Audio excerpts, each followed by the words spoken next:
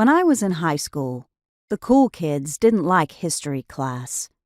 Even when the coolest teacher in our school taught history our junior year, the subject was still only considered tolerable because it meant 1 hour with a cool teacher who taught it.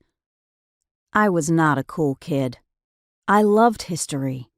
Even the whitewashed version of history I was taught in Texas public schools was fascinating to me.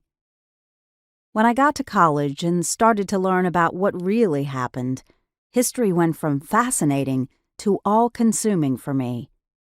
It manifested in reading memoirs and nonfiction around the clock. I minored in history at Texas A&M, though my major, international politics and diplomacy, was basically a history degree. Later, I went on to get a master's degree in history and literature from Columbia University.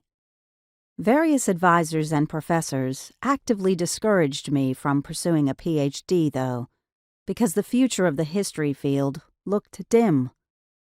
Between the adjunctification of higher education, the dismally low pay, the untenable instability, and the focus on research inaccessible to the larger public, a PhD looked like a good way to see my research languish in paywalled archives and reach nobody.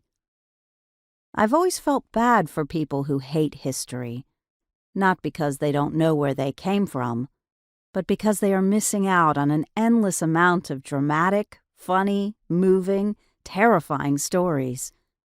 The same people that hate history watch Star Wars on repeat without realizing that it's just World War II in space. The people who came before us led complicated, strange, funny, beautiful lives, just like we all do. I am always surprised when people can't see that. I think we're coming around on that.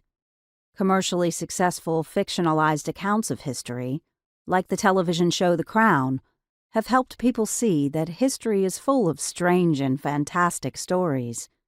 When you look closer, the truth is often even stranger.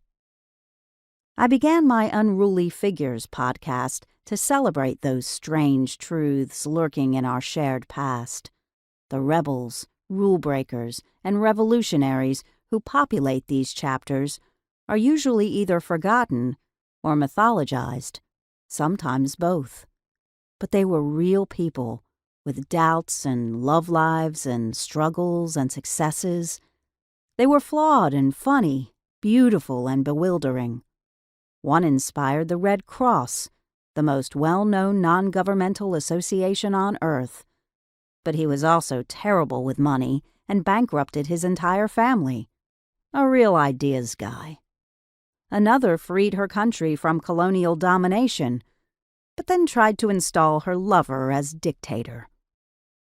A third is remembered as the magnificent and the lawgiver, but repeatedly broke protocol for love. These are the stories in our histories that can't be ignored.